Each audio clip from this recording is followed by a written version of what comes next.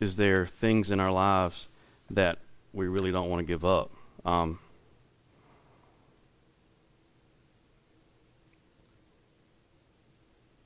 It's sort of about it is really about our attitude. When you think about it, I mean, if God's trying to change us and we want to change, do we think we get to change, or do we have to change?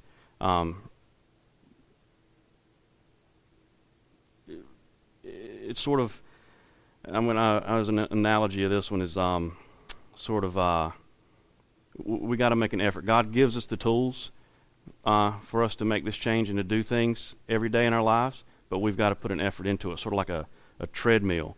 You can go to the store and buy a treadmill. You can put it in the corner of the house and sit there for 3 months, and then you get frustrated and take it back to the salesman and say, hey, I've had this thing for 3 months and hadn't lost any weight. Well, did you get on it and do anything with it? I mean, you had the tool, but you didn't get on it. It's because, well, I didn't really want to get on it and do the work. But I had it, but I just didn't get on it and go do it. And that's sort of our part. God gives us the tools. We've just got to have the attitude and the want to go do it. I mean, you know, do you want to give up some of the things in your life that you are stuck to, or you like, some addiction you may have, or some hatred, or you know, feelings for somebody that you don't really like? You've got to give that forgiveness to those folks. God says you got to forgive them.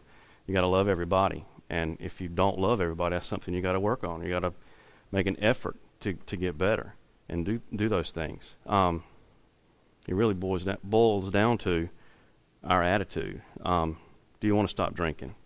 You know, stuff like that. I mean, do I really have to, or do I want to? When the Holy Spirit comes into us, we're supposed to desire these things. We're just supposed to desire righteousness and the things that are right and good. We're supposed to become a new person.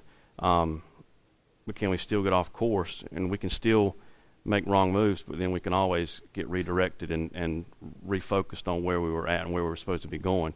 And that's the good thing about being a Christian, is we can make those mistakes. We still live here on earth. We still are surrounded by sin, but we can always go back and get on course. It might take us a little bit longer to get where we're going, but we'll eventually get back.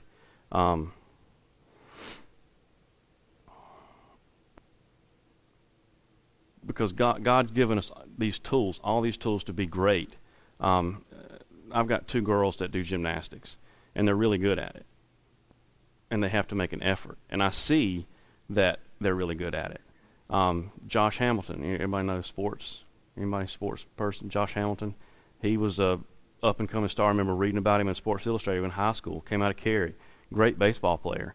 Goes to the major leagues. What's he do? He gets involved in drugs and alcohol and wastes it away for a couple of years. And then he got refocused. Somebody came along and said, hey, dude, there's a lot of potential there. You got to go this direction and work on this and get away from this stuff. And now he's making, I don't know how much he signed for, but he's making bazillions of dollars now. And he's very successful. Another example, I'm a sports guy, so I always like to use sports analogies, but was a kid out of Miami, Florida. He was a high school kid. It's been 10 years ago now, but he was one of the top linebackers in high school. He was a great football player, and his name was Willie Wright. And my favorite picture of him was, I mean, he could have picked any school to go to, any school, free ride, play football. And the funniest picture of him is him sitting in a chair in his jail uniform, in his orange uniform with his shackles and his chains, and he's holding up the U sign. And I'm like, really? I mean, really? That's the way to represent your school. But I mean, you know, there's so much wasted potential. So much wasted potential. He had everything. He could have done whatever he wanted to, but he just didn't want to do it. He took the wrong route. I was talking to my girls. I see that they're really good at gymnastics, and I push them, and they're like, I don't want to go to practice today. Practice makes you better. You got to work at it. You got to put some effort into it. If you want to get better, you got to work at it. You got to stay focused on what you want to do, where you want to go with that. And it's hard to do. You hate to see people to waste their potential. God has given all of us the tools to be great, godly people. Do you think he looks at us and says, you guys are wasting your potential? You have the potential to be these great individuals, these great people, these great leaders, these teachers. And, well, you know what? I got to cut grass this afternoon, or I got to go do this, or I got to go do that. And we're wasting that potential that God's given us. I would imagine he's probably pretty frustrated at me sometimes because I'm wasting a lot of potential, I guess, sometimes. But that's our part of it. We've got to want to do some of these things. We've got to want to make that effort. And he sees that in us, that we're wasting that away. And we, going back to the passage here where it talks about, let's see, where's it at? What is the reason? We got to work on our faith. We got to have faith. We got to have faith that God has given us these tools. We got to have faith, and we got to work on that faith. And every day we got to get better. We can't stay stagnant. That belief in it, we've got to believe that He's given us these tools, and then we've got to work on those every day and stay focused on getting better. And He wants us to get better and stay and keep moving.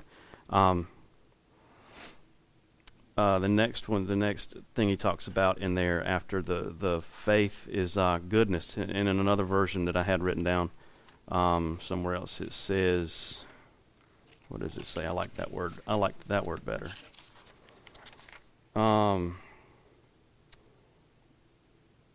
Make every effort to supplement your faith with virtue, and virtue with knowledge. So he wants us to. I like virtue. Basically, virtue is moral excellence. He wants us to work on our morality. He wants us to be morally excellent, for people to look at us and say, "Wow, he's got good morals. He's a good person, or she's a good person." That's what he wants us to strive for every day. And can you imagine if we all made an effort, every American, every Christian made an effort every day to work on their faith and to work on their morality or their moral excellence. If we all did that every day, can you imagine what we could do if we all worked together on that? Another word that kind of goes with that is purity. You think about being pure, being good. If we worked on that every day, that would be a huge impact. God gives us this gifts and this power to accomplish all these things, and we've got to want to go in that direction and move and do those things. The next thing that's in there after virtue is knowledge. It says, supplement your faith with virtue and virtue with knowledge. We've got to, and it's not just book knowledge. I mean, everybody knows somebody that you can say, give me a scripture out of John, and boom, or Matthew, and they can recite the whole Bible, but they don't understand what that says. That's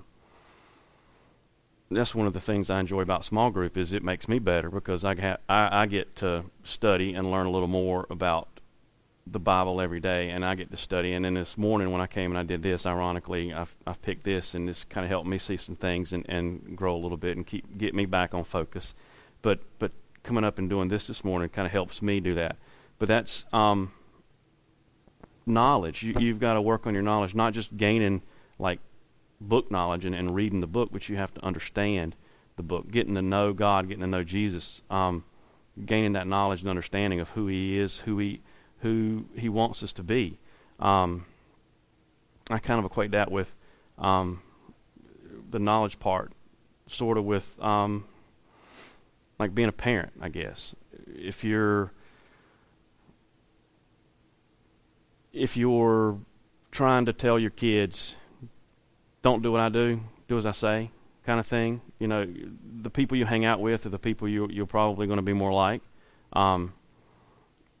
You want to be close to Jesus, learn about Jesus, learn about the Bible, read about the Bible, but you want to learn about who He was and be more like Him. And that'll help you in your journey and get better every day and get better on a continuous basis. The next one after knowledge was, I guess I should move this out so I could read it. Self-control. That's a big one. Self-control. So you got to supplement your virtue and knowledge, and your knowledge with self-control. I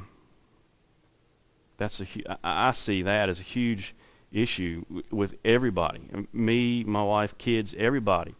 Self-control. I mean, you think about all the things that we have in our closets at home, all the clothes that we have, all the shoes that we have, all the cars that we have, all the physical possessions that we have.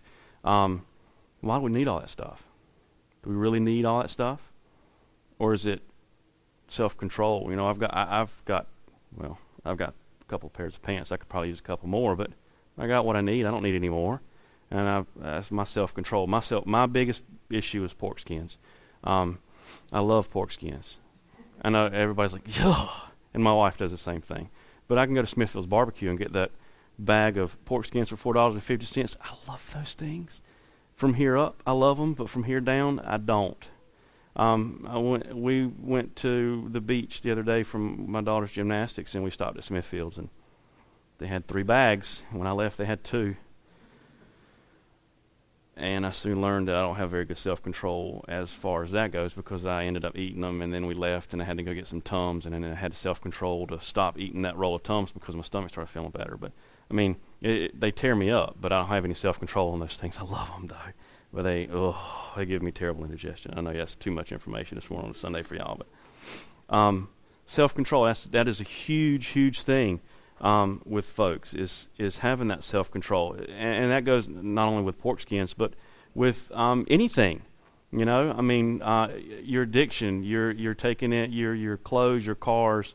You see people, it's kind of like, I saw somebody the other day on Facebook say something about, I was going to clean my house, but I decided to watch Hoarders instead, and then I watched them and decided my house wasn't so bad.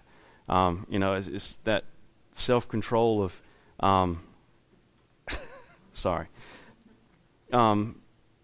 alcohol addictions, other addictions, drug addictions.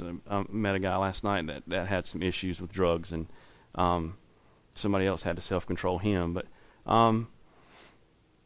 you know, sexual desires is an issue with some folks. So, I mean, it's all about self-control and limiting yourself. And we live in a sinful world. So, you know, those desires come naturally. It's just how much are you willing to give on that, and where's your control, not being out of control with those things. And that's something that I think if we all worked on, we could all get a little bit better too.